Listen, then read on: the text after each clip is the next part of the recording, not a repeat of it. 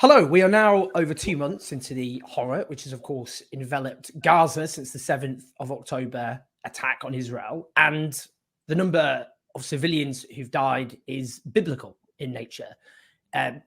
Reliable, credible estimates suggest perhaps 1% of Gaza's population has been killed since the 7th of October. Now, a brilliant piece of investigative journalism, and it really is superb, and everyone should read it, by Plus 972 Mag and Local Call, which is entitled A Mass Assassination Factory Inside Israel's Calculated Bombing of Gaza, exposes from the inside, based on sources working in Israel's intelligence community, corroborated by Palestinian testimonies, and using data, crucially, how this machine works, this factory. And I'm delighted to have Yuval Abraham, an Israeli investigative journalist who worked on this fantastic piece of work. Firstly, hello, Yuval. Great to speak to you. Hi, it's good to be here. Thank you, Owen. So firstly, these sources, how did you get these sources located in the intelligence community? Yeah, I mean, it took a while. I think there are a few reasons why they agreed to speak. I think one reason is that really the scale of the destruction now happening in Gaza is so big. We all can see it, right? That even people who are part of that system, who are there, felt like they were shocked, right? They all came after the collective trauma, the massacres of Hamas on October 7th. But as they began to see what they were asked to do, many sources felt that it was honestly unjustifiable. And there's not a lot of Israeli journalists who are now being critical of the military. It's almost a taboo subject. And we at Plus 972 Magazine, we are a Palestinian Israeli media outlet. We're very, very critical. And yeah, that's pretty much, yeah. Can you explain what you uncovered, how what you describe as a mass assassination factory, how does it work in practical terms? Sure, yes. So the term mass assassination factory alludes to this trend in the military that has been going on for the past few years to really automate a large part of the target creation process in Gaza. So not all of that process is automated, but large parts are automated. Now, Gaza is under Israeli control. It's under occupation. Israel controls, obviously, the electromagnetic space, the airspace, the land, the sea, who gets in, what gets in. And that creates an opportunity for basically accessing almost infinite amounts of information. When you have almost endless amounts of information and you have artificial intelligence and automated software to sort of try to make targets for bombing from this information, that allows Israel to carry out, assassinations on a massive scale, knowingly killing in the process hundreds and thousands of civilians. So, yeah, that's in a nutshell. There's a lot to it. So, yeah. So in that, I mean, one of the things you discuss is how the ratio of what is seen as an acceptable number of civilians per military target has shifted. So before it would have been dozens, but now it's hundreds per military target.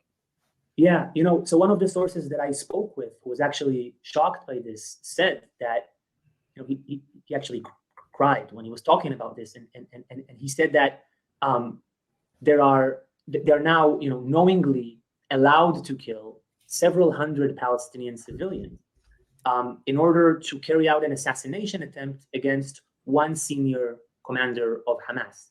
And this changed because the army has this concept called collateral damage degrees, which is a way the army regulates the killing of civilians, right? So this was in place also in previous operations. So if soldiers know that they're now operating under collateral damage degree number 5, then they know that alongside every target they are allowed, right, by the military, authorized to kill 5 civilians or less. In this operation, after October 7th, really many of these protocols were abandoned, as you said, from dozens to hundreds of civilians being knowingly killed. And also in terms of just the protocol, right? One source recalled how they would get a pinpointing of the target where, a target is, say, for assassination, and it's not accurate. So they're not sure. It's a very wide radius, right? In the past, protocol would say, well, we have to pinpoint it because we're dropping bombs that are burning houses. So now that source said they were often just bombing very wide radiuses, not spending time to save time, right? Not spending time. And again, knowingly, the killing of civilians happens knowingly. They know they're going to kill civilians in the process. It's not a mistake. In terms of when we just find a military target, now some might think to themselves, we're talking there maybe someone at the very core of the Hamas leadership. But how's that defined? Because in this work, it suggests this could actually be a Hamas member who isn't actually particularly consequential, is judged to be an acceptable target, and they're targeted at home, not in a tunnel, for example. And that may well include wiping out their entire family, including a baby, children, whoever. Yeah. So obviously there are many different categories of targets, right? Some could be more legitimate under international law, some could be less legitimate. I think what you've described for me is, and I think the investigation suggests it, is an extremely illegitimate target where you knowingly drop a bomb that weighs a ton on a house of somebody who is part of Hamas's military army, but they are not in a place where fighting actually takes place, right? They're at home. And you kill not only that person, you kill all of his family members and often all the neighbors in the building. One source that actually did this told me that when he was doing it, he thought it would be like if when Israeli soldiers go back home on the weekends to their families and, go to sleep and meet their parents, and a militant group would bomb their homes, killing all of their families, and then claim that they were using their families as human shields. And when you have AI and when you have these capabilities to sort of create these sorts of targets on a massive, massive scale, that could be partially, it's not the only reason, but part of the reason why, the destruction in Gaza is so massive right now. When one of the sources you quote, this really struck me. Nothing happens by accident. When a 3-year-old girl is killed in a home in Gaza, it's because someone in the army decided it wasn't a big deal for her to be killed, that it was a price worth paying in order to hit another target. We are not Hamas. These are not random rockets. Everything is intentional. We know exactly how much collateral damage there is in every home. So it's not as though they bomb, a house is bombed, and they're like, well, oh, we find it afterwards, oh, whoops. But actually, in advance, that is known. Yeah. It's part of the way you create targets. Like you're going to say, the target has this and this amount of people in it. And I think what's interesting, I mean, what you've said is a completely accurate quote. And what's interesting is that source actually used the words "a 3-year-old child" with me. And that shows that source was really thinking it through, because in the military, nobody's going to say child, right? They say a word in Hebrew, it's called naza. That's what they say. And it basically is an abbreviation of collateral damage. So it's spoken about as really, oh, how much naza does the target have? It has 8. Well, let's see if we can make it 5. Oh, so the language that is used in these spaces obviously dehumanizes. It masks reality. And I feel this personally as well. I have a good friend in Gaza who lost, all of his family were killed by Israel. And for me, we all talk about politics all the time, right? But for me, this is also a very emotional thing. If you have empathy for humans who are living there, you cannot accept this war tactic. It's impossible. You cannot rationalize it. And I'm okay. We can talk rationales. I'm completely fine with it.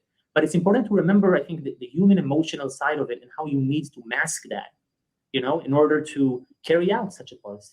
One of the big narratives of this whole hideous horror show, which has been going on for the last 2 months, goes like this: that Hamas goes out of its way to deliberately kill innocent civilians, despite its public denials. I've watched myself video footage of them killing innocent civilians. Israel, on the other hand, does not seek to kill innocent civilians. If innocent civilians are killed, that is unfortunate, but it is not the intention of Israel, and therefore there is a moral distinction, even if the scale of killing by Israel is much, much bigger. What does your work tell us about that whole narrative and that claimed moral distinction? Yeah, it's an excellent question, and I've been really thinking about it myself for quite some time. I have 2 responses for you. I mean, the first is that I think that from the perspective of the child, right, that is being killed, whether it is by Hamas or by Israel, right? It doesn't really matter, right? When we look, when the mother that, her children die, do they care, how that happened? So that's the first thing. The second thing is that it is true. I mean, this idea of intentionality is playing such a major role in the way the West understands violence and in international law as well. But I think that when you look at a system like Israel's system, where you have a loose definition of what a military target is, when you knowingly are not killing, you're killing hundreds of civilians knowingly to strike one target. When you can do that, you can multiply that, using artificial intelligence. When you have all of these factors combined, does intentionality even matter anymore? Or does it play such a big role as we ascribe to it? I personally think that my evidence suggests that it doesn't, right? There is a complete I hear it from not one source, I've spoken to 7. There is a disregard for Palestinian civilian life. This is, I think, the only thing that sort of limits Israeli actions, and international audiences should know this. The only thing is international pressure, especially US pressure, but also countries like the UK. Yeah. I mean, I can go. I mean, well, linked to that is the question of terrorism, because Hamas is obviously, it's officially classified as a terrorist organization by the UK, the US, and the European Union. And of course, if you use violence against civilian populations in order to achieve political goals, well, I mean, you can see why the definition of terrorism is reached. Yeah. But the issue here is what you talk about in the brilliant piece of work you've done called the Dahiyah Doctrine, which was initially enacted in the Second Lebanon War of 2006. And this is regarding something called power targets, which I'll ask you to define, where more than 1,000 power targets were cut. The idea of causing mass devastation to civilian areas for strategic purposes. And the idea was that this would create a civilian from civil society in Lebanon or indeed in Gaza, where people would put public pressure on either Hezbollah in Lebanon or on Hamas in Gaza. And I suppose I would put to you, firstly, obviously define power targets, but secondly, isn't that terrorism? If you're using violence against civilians in order to achieve a political goal, what's the difference? Yeah, I mean, so power targets are officially defined by the military. The official narrative, right, is that it's high-rise buildings. So it's residential high-rises. Gaza it's one of the most densely populated places on earth. 70% of the population are refugees. So they're building up, right? So there are a lot of these high-rises. And the military says, we're bombing these high-rises. They have said so in the past because there is something in the building that we have marked as a military target. And that legitimizes the bombing of that building. Now, I've spoken to 3 independent sources in Israeli intelligence who have in previous operations, not in this one, in previous ones, either planned or bombed power targets. So they have a deep knowledge of this tactic. And they told me that not only was the idea here to bomb these high rises, you evacuate the families, but you destroy the entire high rise back in the time, right? To put pressure on civilian society. The concept of having a military target in the high rise was used as a way to mask that, right? So they speak about how, and it shows you, again, it comes back to this idea of intentionality. They would find something in the high rise that can be associated with Hamas. It's not something that's considered of high military value, a spokesperson's office, okay? Or something like that, right? And because they have this chokehold of intelligence, because Hamas is embedded in Palestinian society, because they have also built some military infrastructure in civilian areas, you can, if you want to, you can pretty much mark almost not every building, but probably most of the buildings in Gaza and bomb them. Yeah. And by masking, so one source said that he felt they were doing something that for him resembles terrorism, right? Because he said, just to quote that, if they would tell the whole world that Islamic Jihad offices on the 10th floor not put as a target, but its existence is a justification to bring down the entire high rise with the aim of pressuring civilian families who live in it in order to put pressure on terrorist organizations, this would itself be seen as terrorism. And they added, so they do not say it. Yeah, exactly. I mean, sources told me that they were bombing these buildings because it was a way to make civilians in Gaza feel like Hamas is losing control, right? To make civilians in Gaza feel like their leadership betrayed them, to make them film these, super iconic high rises and post them on social media, and that creates deterrence. This is the way they thought about it. Now, look, in the past, in 2021, they bombed a high rise that had the AP and AFP media outlets. Perhaps you remember. Sources have told me that was a power target, right? So in 2021, they bombed 9 power targets, and they evacuated them from civilians because the idea was to destroy the buildings, not kill the civilians. Now, in this operation, the military has said on the 5th day that they bombed 50% of the targets the military bombed were defined as power targets, more than 1,000. So from 9 to over 1,000. Now, I haven't spoken to the sources who bombed power targets this time. I don't know, if the same evacuation protocols were in place. Looking at the hundreds of children who were killed, looking at examples of high rises that were bombed while civilians were inside, while journalists were inside, I am assuming, right? And this, investigative journalists are welcome to continue this work. I think there's a lot to uncover here. I'm assuming that these power targets were bombed without the same type of evacuation protocol. Again, killing civilians for a type of targets that, as you say, its focus is on harming the civilian population, not a military target in previous operations. I'm just quickly, before I have my final question, it is striking that with such an extraordinary death toll, and the official death toll, which has been validated in previous conflicts because people try and discredit them because of the Hamas-run administration, being around 16,000, but there are bodies buried under the rubble, so others suggest it's over 20,000 now killed. But privately, they only think between 1,000 and 3,000 armed militants out of a much, much bigger force has been wiped out. What does that tell us about this whole AI-generated military strategy? Well, I think in a way it helps us understand that I'm bringing all of these intelligence officers who are saying things that are quite obvious, right? At the end of the day, it's quite obvious to anybody who looks at what's going on in Gaza, who looks at it with human eyes, who notices the data that you've pointed out, who speaks to Palestinians. I'm not sure. I don't think that the revelations are extraordinary in the sense that they're revealing something that probably somebody who is critical has not thought of. But it shows that people in the system are also aware of this. And that's important because we are hearing this narrative, right, that Israel is doing everything in its power to not harm civilians in Gaza. And as an Israeli and as a journalist, I just have to say that that is not true. Just finally, what I did want to allude to is, and I start by just to circle back to the beginning, just in terms of how courageous. I'm sure you don't like to be complimented like this. And we do have to remember, of course, there are very courageous Palestinian journalists actually in Gaza who are being killed, with my colleagues in the British media and the Western media, most of them barely saying anything about them. But it is very courageous what you're doing in the atmosphere in Israel. I just want you just quickly, just in terms of what the atmosphere is actually like in Israel for this kind of journalism, is what appetite exists. And I think partly linked to it is the fact that it's this sense of actually, not only is there dehumanization, you always get in these situations, it's nothing specific to this horror, but the way the coverage people getting, it's almost like buildings are being destroyed, but not people. So just think, what's the atmosphere like to publish something like this in the current, given the discourse in Israel? Yeah.